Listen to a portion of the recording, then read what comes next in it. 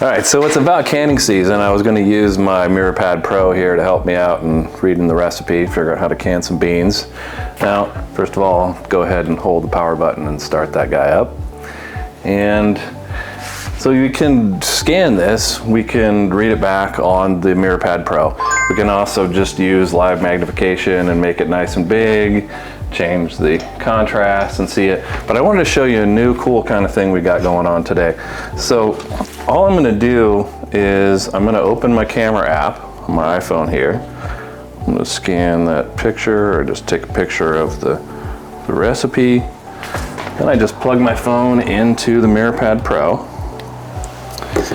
And let's see, it should automatically go to that photo. And I got the photo up my MirrorPad Pro here. If you want to see it a little better, you can turn it and change perspective on it, make it nice and big this way. But all I'm going to do now is I'm just going to tap that power button again.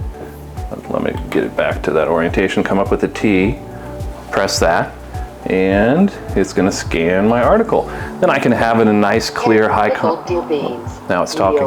About 8 pints you will need. Okay. 4 ounces fresh tender green or yellow beans. We'll pause it there.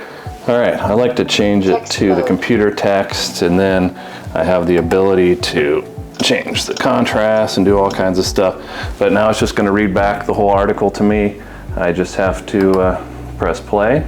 Beans, 5 to 6 inches long, 8 to 6. It's going to read it back to me. Dill, 8 cloves. I can change the magnification if I need it bigger. 1 cup canning or pickling salt, 4 cups white vinegar. Very cool way